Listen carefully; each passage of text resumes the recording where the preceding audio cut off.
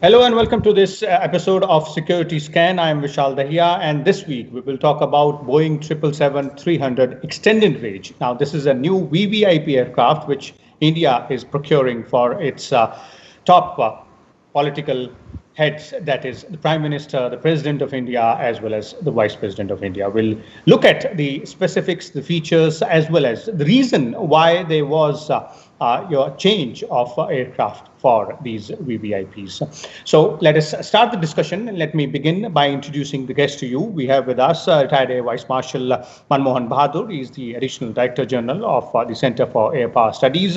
We also have with us retired Major General Ashwani Kumar Siwach, our defense expert, and we're also joined by Mr. Manu, Pubby, the senior editor for the Economic Times, looking after the defense aspects in this particular scenario. So let me begin with you, Manu, and let's start by putting things in perspective here. Let's try and understand a bit more about Boeing 777-300ER.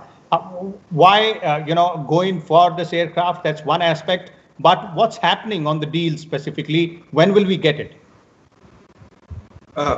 See, there has been, a big gap as far as VVIP travel is concerned in India.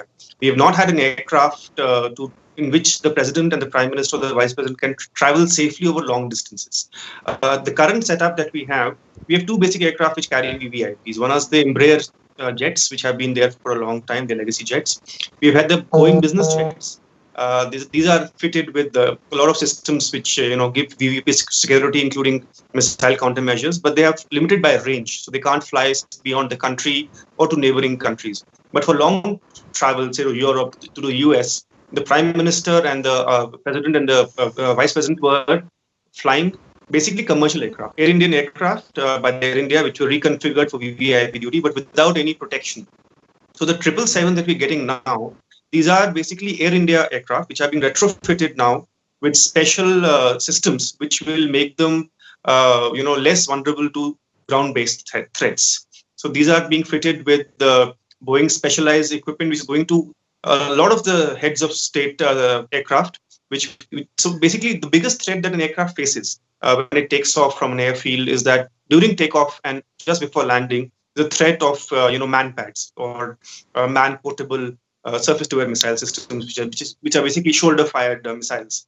So this aircraft, I think, is going to get equipment which will disable such missiles, and it is extremely important because security at this level cannot be compromised, and the kind of thick population that we have around airports across the country, it's a very credible threat that has to be countered.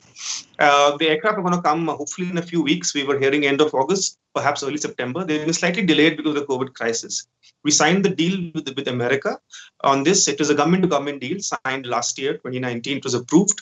The aircraft cost is separate because it's already Air India aircraft, but the systems which are going on board, the specialized systems which are not given to many countries, they are worth about $190 million. Integration is happening in the US. These aircraft will be flown by the VVIP squadron of the Air Force, so it will be Air Force pilots. And I think this will give that much needed cushion and cover to our VVIPs when they travel. See, besides just the protection of the aircraft, this also has advanced communication systems. So the VVIP traveling will be able to communicate directly, real time. There will be meeting rooms inside. It will be comfortable travel. It will be able to carry security personnel on board. So it has a lot of enhancements, and these will be the first long-range specialized aircraft that we have as of now. Because till now, we were only getting Air India aircraft coming in, getting reconfigured for short spells of time. Okay. Let me now bring in AVM Manmohan Bahadur here to try and understand a little bit more about the VVIP aircraft. So AVM Bahadur, if you could just put everything in perspective. Obviously, one important aspect is security. The other one is communication. But what else are we looking at? VVIP travel is specialized travel, and that is done by the Air Headquarters Communications Squadron at Palam. What happens is that people who are in that communications squadron are specially selected. They are security verified. Each and every person, whether it be the pilot or the technician or the DSC guard, which guards the aircraft while at Palam and other places. So all of them, their antecedents are checked very rigorously by the IB and other police agencies. It is only then that they are posted to ComScomm. So that's where the human element comes in before somebody starts flying a VVIP. Secondly, we get on to the aircraft as such. The aircraft is something where you and I cannot go unless we have clearance. There is actually a log maintained of who all enter those aircraft and at what time they enter and what time they leave, because this is for the security of the top leadership of the country. That besides, as Manu has already brought out the other things about the facilities that the aircraft will have. Secure communications is a very important thing when the Prime Minister, the President, the Vice President want to interact. If they want to have, say, I do not know whether this aircraft will have video conferencing or not. I'm not aware of that. Video conferencing, say, or fax or telephones. These are standard things which are there in any modern VVIP aircraft. So considering all this, the Boeing 777, remember it's been in service with the Air India for a very long time. So two aircraft were diverted and have been redone or refurbished as per requirement of the communications department. And I can assure you, the SPG would have been deeply involved in. There would be electronics expert who would be involved, and of course the Air Force, whose people would have got trained by now, or they may be under training. There would be an overlap, because remember, Boeing 777 does New Delhi to Chicago or New Delhi to Washington in Air India service, and it's got the capability, of doing those 13, 14 hours flight. So, which the Air Force pilots in the present BBJ, the Boeing business jet, don't do that time. So there would be an overlap with Air India pilots, one of them, and the Air Force pilot. So this overlap will continue for some time, and it is understood that Air India has, actually asked for volunteers or people to debut themselves for a special task with the Air Force for a period of 2 years. Some people have been identified, and this would be on. A very important aspect is the maintenance of this aircraft. The maintenance, as per media reports, would stay with the Air India, as was the case with the Boeing, the previous BBJs and the 737 which was there. Because Air India is a specialist agency and you cannot set up servicing facilities just for two aircraft, which would be on Air Force inventory. It's just not possible. So the Air India engineering services would be tasked to carry this out. For people who sort of move with the Prime Minister, the staff, the stewards, etc., I am not aware whether that would be Air India staff or whether it would be Air Force people. But in the BBJ and the Embraer, it is the Air Force that looks after. 777 is a much bigger aircraft, so I'm not aware. But if it comes to the Air Force side, I'm sure they can handle it. Okay, so this is about personnel and obviously maintenance as well. But Bahadur, one more aspect is the security aspect in terms of the features which this new aircraft might have in terms of countermeasures, as Manu was pointing out, to sort of tackle the threats which it might have when the aircraft is airborne or taking off or touching down as well. Yes, all these aircraft now actually, when they go into zones which are threatening, have self-protection measures. There is a special self-protection suite, SPS, which is mounted. That is highly classified, highly classified. And I'm sure DRDO would be involved in this. And also in what I mentioned earlier, the communication part. Okay, because I'm sure we would be putting our own encryptors and decryptors to ensure that our communication of our head of state is secure. So when you're talking of the countermeasures, well, the standard thing, and I do not know, and I'm not speaking about this aircraft, but there are infrared countermeasures, there are the flares, there are the shafts. So I do not know what this aircraft would be getting, but these are are mentioned in the present media dialogue, which is media coverage that is going on. Okay. Large aircraft in infrared measures also are mentioned.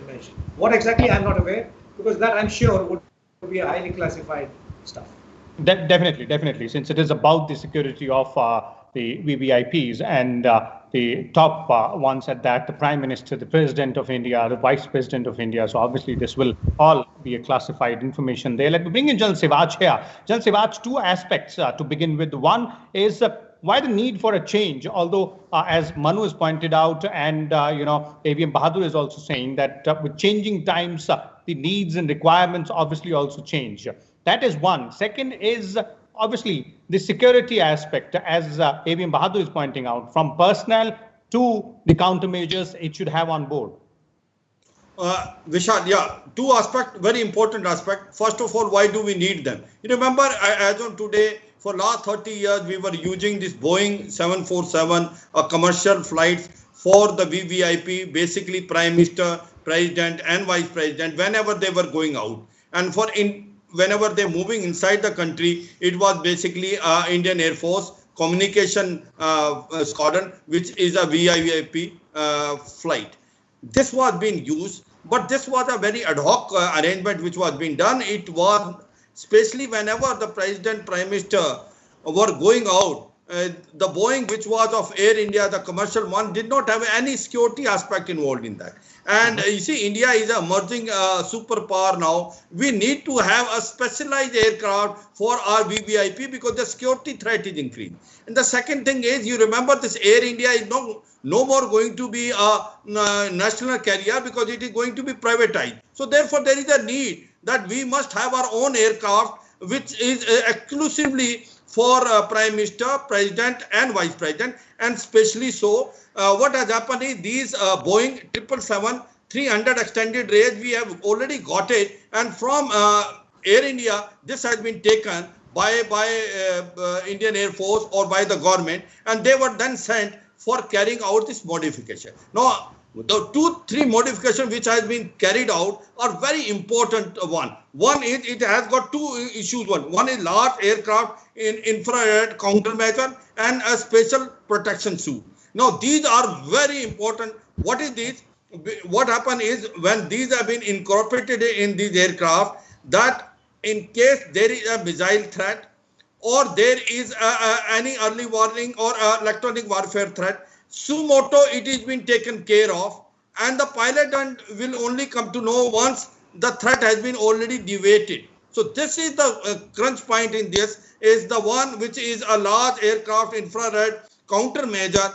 This takes care of this, that it has a jamming facility, it can intercept, and any missile which has been fired on this aircraft, sumoto it will be taken care without the intervention of the pilot. That is the beauty about it. And second thing is this special protection suit gives the capability of staying in a particular safe place which has got a protection from electronic warfare also. Now this modification has been carried out by Boeing only, and we have spent $190 million for this, because this was very much required. Now, this is not there with many countries.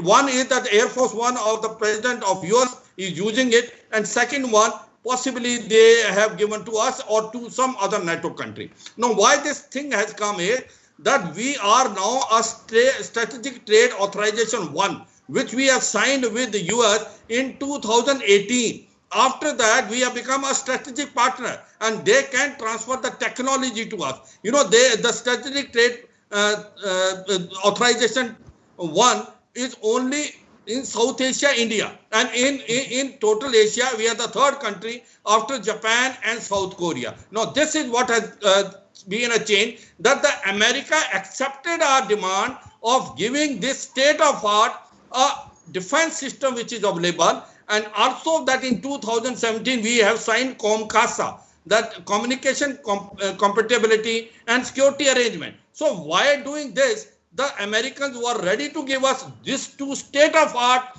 systems, which are very important for the safety and security. So remember, two, three things which stands out as far as this aircraft is concerned. This aircraft can go around the whole world in one go.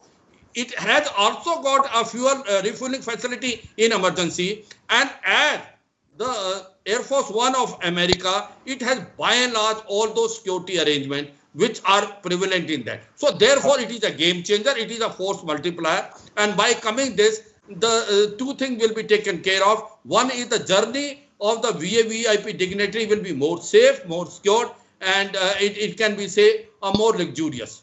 Okay, definitely. The safety, security is really important when we speak about VVIPs. But that brings me to one more question here, Manu, and I'd like to start with you. In terms of, if you do a bit of a comparative analysis here, obviously there would be other nations as well. For example, all of us know United States of America is one wherein their president travels in an almost a similar aircraft or much more equipped aircraft, which is known as Air Force One. Apart from that, what all other heads of the states have these state-of-the-art aircrafts, or perhaps if you do a bit of a comparative analysis, where do we stand? Would we stand rather once we have this? See, I think this aircraft is very much state-of-the-art. You talked about Air Force One. Now, Air Force One, perhaps will be more advanced in terms of features it has already had, but it is the 777ER will be at par with it. Why? Because it's a new aircraft. The Air Force One still relies on the Boeing-747 platform, the old one. And there's a lot of debate in the US on updating the aircraft to meet modern requirements. So we are getting, I think, perhaps one of the best aircraft available in the world at par with any head of state. The problem that we have, is that we always look at small numbers. We're only getting 2 of these aircraft. Now, when the US president comes to town, and we saw him when he came to Gujarat, he has a whole range of aircraft which travel with him. There's a dedicated aircraft for security personnel. There's an aircraft which brings equipment. There's a backup to Air Force One. There's the Air Force One itself. So we are, it's a whole system of systems, and they travel like it's like almost like a convoy kind of a scenario in the air. So we don't have that. We're only getting these 2 aircraft, and the reason we are having 2 is because one will be able to fly, the other will be a backup. So perhaps numbers are not very satisfactory. Maybe some more would have been in order. But it's a very expensive system. So I think the total cost, 190 million, is only the modification cost of the system. But the cost of the aircraft is that been factored in. So it's going to be much more expensive. In terms of other heads of state, everyone has their own preference of aircraft. We have in the past, operated Russian aircraft. We have operated now American. I think other countries are doing the same. But I think very few countries in the world can afford an aircraft of this size. So in our immediate neighborhood, definitely not. I don't think the Prime Minister of Pakistan has an aircraft of even comparable status. In fact, as we remember, there were reports in which one of the Gulf states had to send an aircraft to him, to travel because their aircraft was not available. So this is an aircraft which only rich nations can afford. And I think we have entered that category. We are one of the top economies in the world. And so I think my only point is number, perhaps too less. We should have to put more. Okay. Let's hear from ABM Bahadur on these 2 aspects. ABM Bahadur, a bit of a comparative analysis here. Do you believe 777ER is the best choice? And numbers, as Manu is pointing out, though it's really costly, but 2 should be sufficient to start with. That is correct. And a few corrections, the 777ER, which is coming to us, it will not have air-to-air refueling. As the President of the United States, the Boeing-747 that has. Okay, just remember, this is a commercial aircraft refurbished from inside with some extra avionics. To try and put air-to-air refueling is a big plumbing job. Okay, so it's not that simple. It cannot be done in a year and a half to an old design. Because 777, remember, is an older design. So that's one. Number 2. When we talk of other heads of state, it depends on what the country can afford. We have 2 for the time being. One would be main, one would be standby. And that's how it operates. Because even when the Air India's Boeing 747 is taken, there is one main and one standby at base here in India, in case the number 1 goes unserviceable for whatever reason. So that's the second thing. Thirdly, yes, as Manu pointed out, we used earlier the Russian one, Tu-124, 124, sorry. and then we switched to Boeing 737 and BVJs. So the point is that if there will be, even once this aircraft comes, let me tell you, straight away it will not start flying the VVIPs.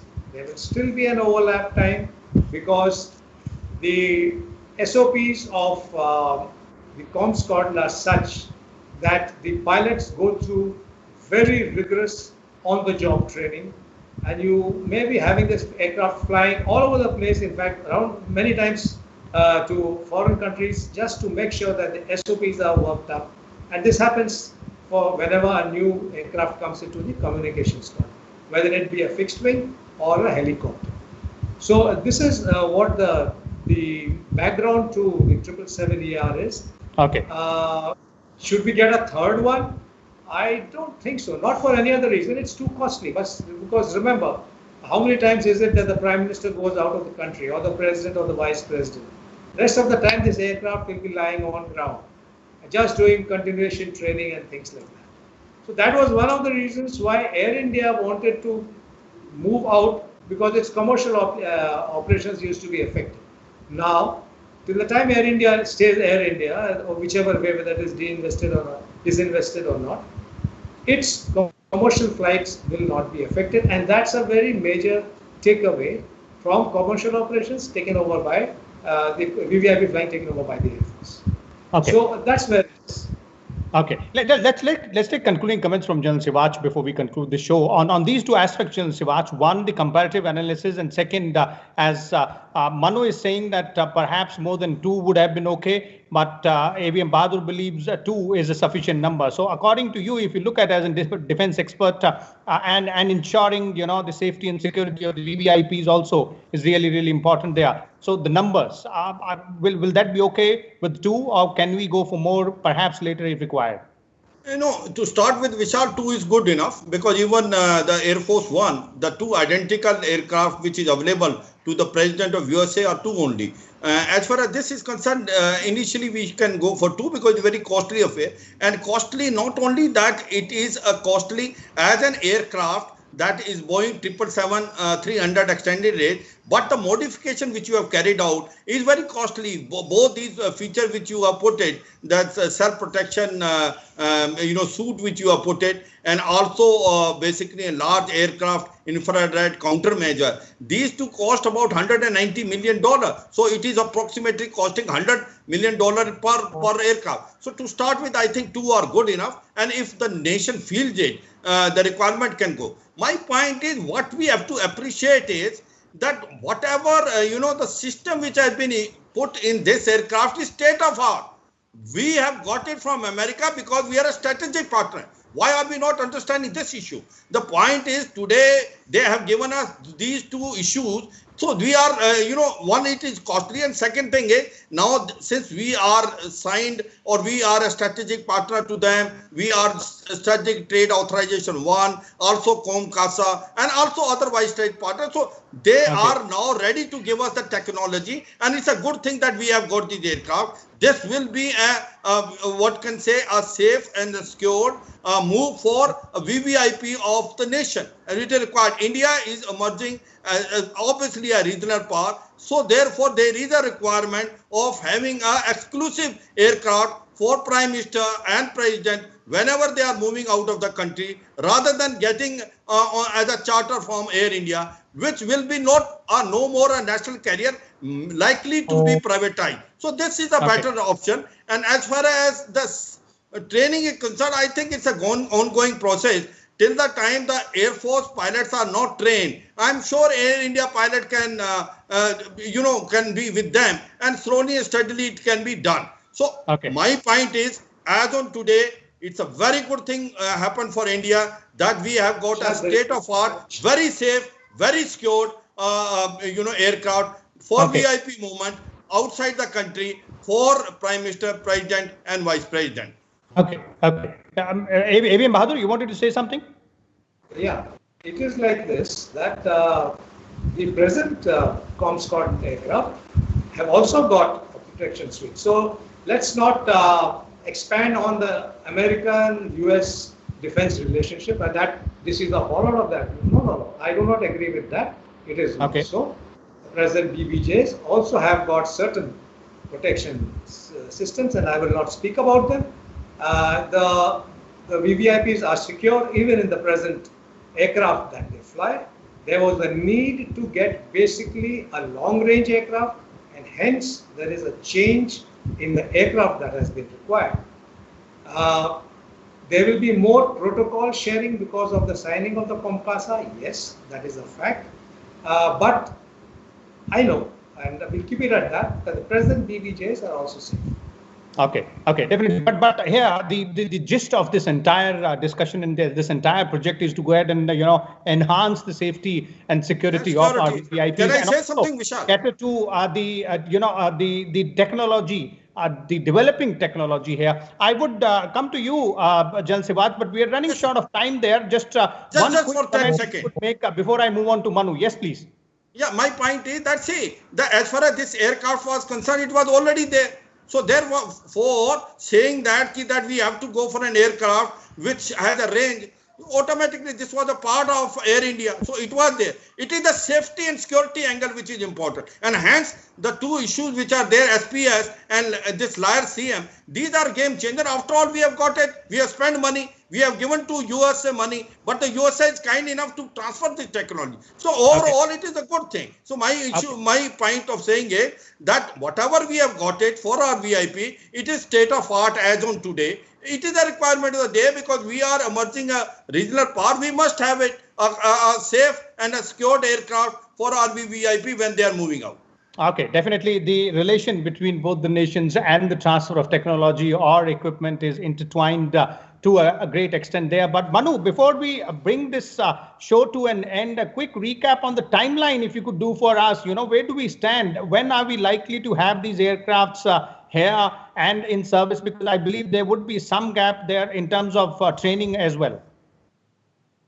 See, to start with, the Boeing business jets that we got in 2009, they had similar systems on board, in terms of missile avoidance. I think their delivery took much longer because they were fresh aircraft made especially for the VVIPs. These aircraft are now coming. I think we are expecting them to get into service within a few weeks. We don't have a set date yet, but the dates we've been hearing is end of August, early September. And I think once they come in, like AVM was saying, they might take a few weeks to settle in and get the protocols in place. But I don't think the PM is going anywhere soon because of COVID anyway. So I don't think the first time we're going to use it is going to be a few months away, because as far as we know, there are no scheduled visits abroad which are happening. In fact, a lot of the conferences are happening virtually. So I think by the end of the year, we'll see this aircraft take its first mission abroad, and it'll hopefully have a very nice, safe and comfortable journey for the Prime Minister. Okay, definitely. And then that particular time which you're talking about between these aircrafts landing here in India and taking off on their first mission can be definitely productively used by all the personnel and the team required for the training and other purposes as well. Thank you so much, Manu, for sharing your views here with us. Similarly, for General Siwach and AVM Manmohan Bahadur as well. Thank you for bringing all those details to our viewers. We'll come back again next week with a different topic and different set of guests. Till then, keep watching Rajya Sabha Television.